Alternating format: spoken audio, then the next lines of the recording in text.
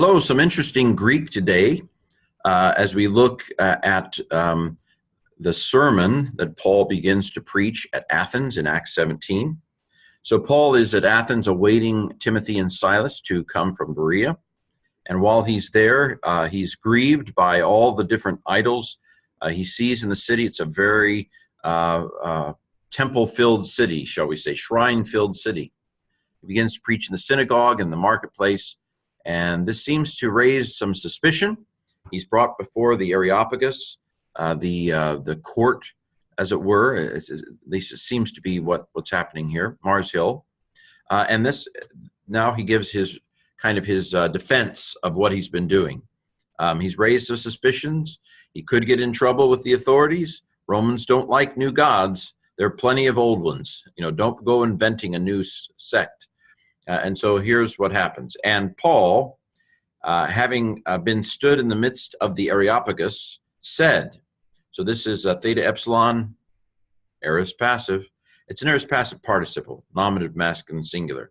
I've memorized the nominative masculine singulars by way of a song that I don't know if it's helpful, but the song goes like this. First, the present active participle, lu, on, u, sa, and then lu, on, u, sa, an. Those are the present active. And then the present middle or passive, amenas, amene, amenon. And then the aorist active, lu, sas, sa, sa, san, aorist middle, samenas, samene, samenon. And now the aorist passive, lu, thes, thesa, then. Just to finish the song, perfect active, le, lu, kos, quia, kas.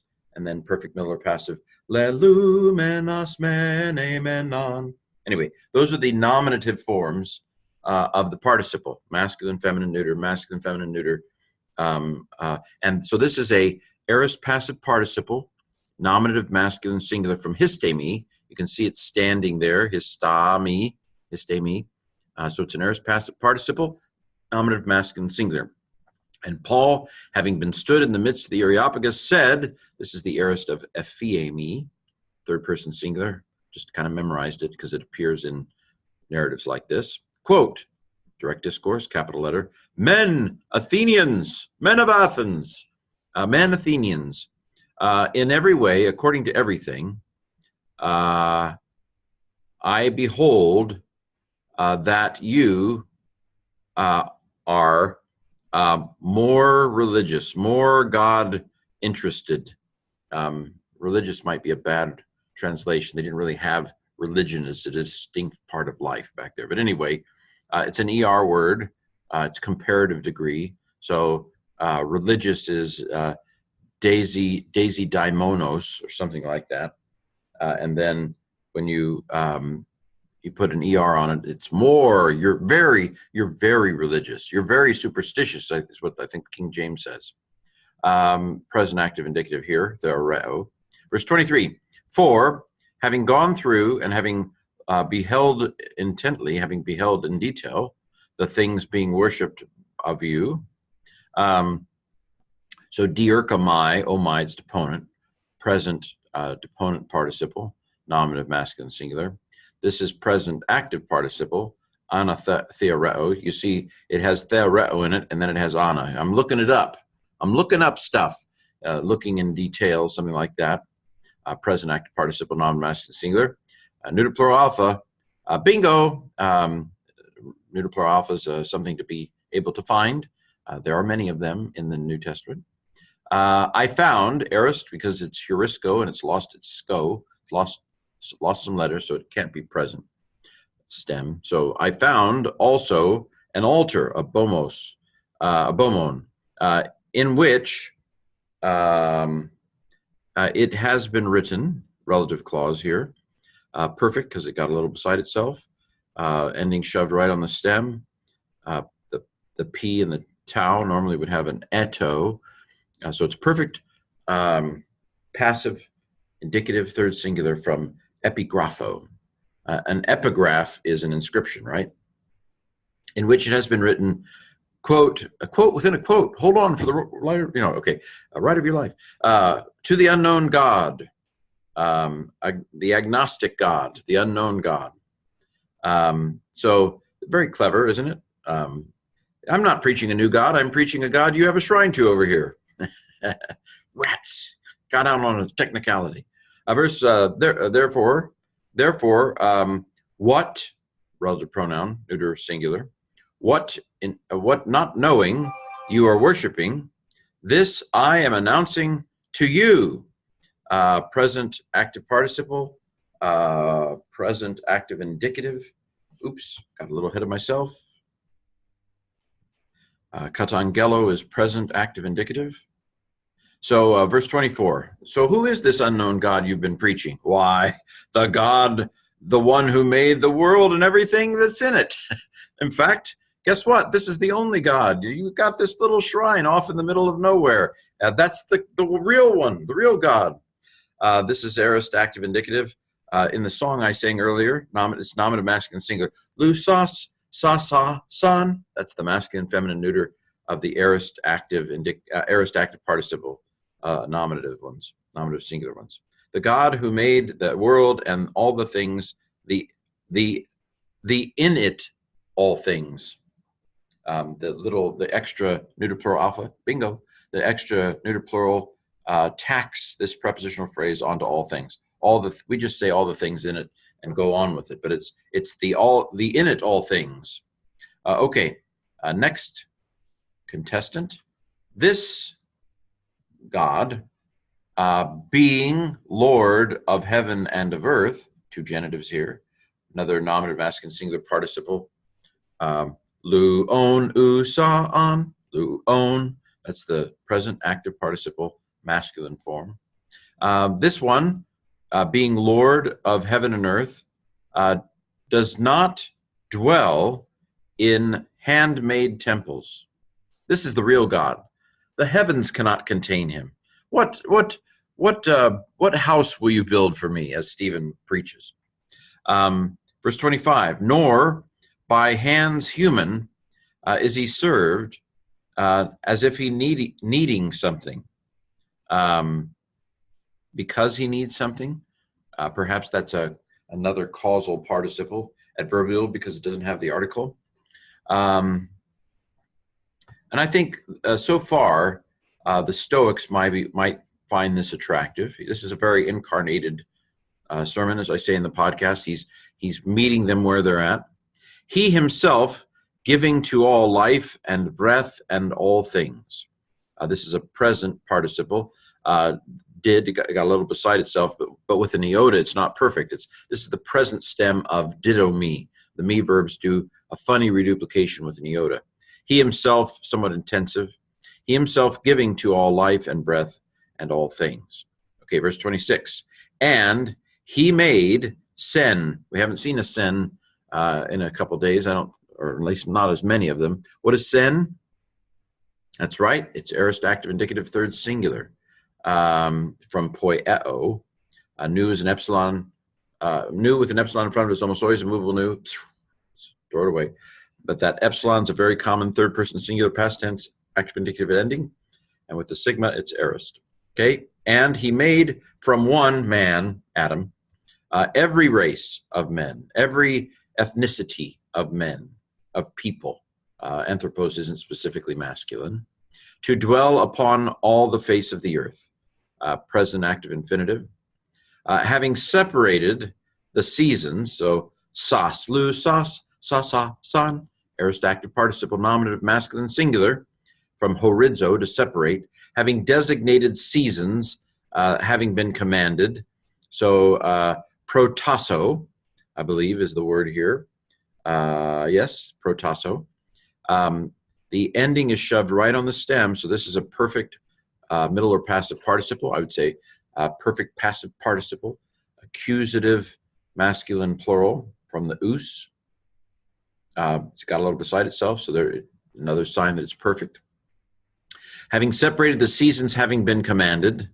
So God set the seasons and the boundaries of their dwellings. Interesting. I wonder how this should be taken. You could take it in a geographical sense because definitely land barriers, I think, have always played into where people dwell. So if you have two mountains and a valley, God has separated the boundaries of the people. The people tend to live in the valley between two mountains, you would think, or on the mountain. Geography tends to designate dwelling. That might be what is being said here. There could be a sense of a kind of predestination of where people are from. God predestined that the Greeks would be in Greece and the Romans would be in Rome. That would be a good Calvinist way to read this. But I've admitted over and over that Luke uses that kind of deterministic language. Whether he has a theological investment in it is the question, because we're about to see that anybody can find him, and that they have to seek him in the next verse. So there's a little bit of Arminianism coming your way. This seems to be an infinitive of purpose, in order to seek God. In other words, he's done this with the hope that people would seek him. Well, that sounds very Arminian. So at this point, the Calvinist tries to explain away what what the verse seems to say. So I think that's an infinitive of purpose, in order that they might seek him. Indeed, then, if they might touch him and find him. So there seems to be a sense of invitation here. Now, it's optative. Welcome to optative corner of Acts. Uses more optatives than the rest of the New Testament. So the key to the optative is connecting vowels oi, I, and a. So here we see the oi option. Huroien. So this is an aorist because the sco is missing again. Aorist, active, see the N ending here. Aorist, active, optative, because the oi, third person singular. They might find him. Now, it doesn't talk about as if it's not necessarily a purpose clause. It's a little bit removed from probability. It's a possibility. It's not it may not even be worded in a way that it would be likely, but it's possible. Again, this sounds very Arminian. Natural theology leading to discovery of God. It's possible. Now, of course, I believe that the Holy Spirit lightens everyone that comes into the world with prevenient grace, a good Wesleyan idea, so that God judges us according to the light we have. These are good Wesleyan expressions I grew up with. But anyway, epsilon iota here, this is, I think, aorist because of the sigma. So this would be aorist active optative. The epsilon iota is the clue here of it being optative. Yes, it is aorist active optative, from selafao, to touch. If indeed, then, so this is again a fourth class condition. We saw another fourth class condition, which is very potential in nature, not definite at all.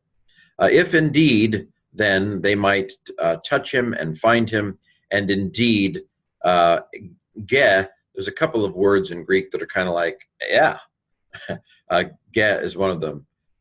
If then, yeah, they might touch him and find him.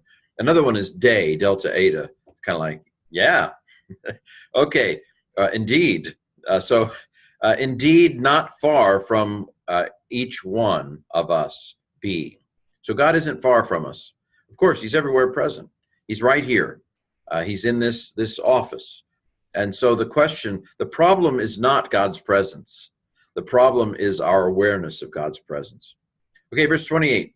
For in him we live and we move, and in the King James, we have our being. But of course, it simply says, and we are.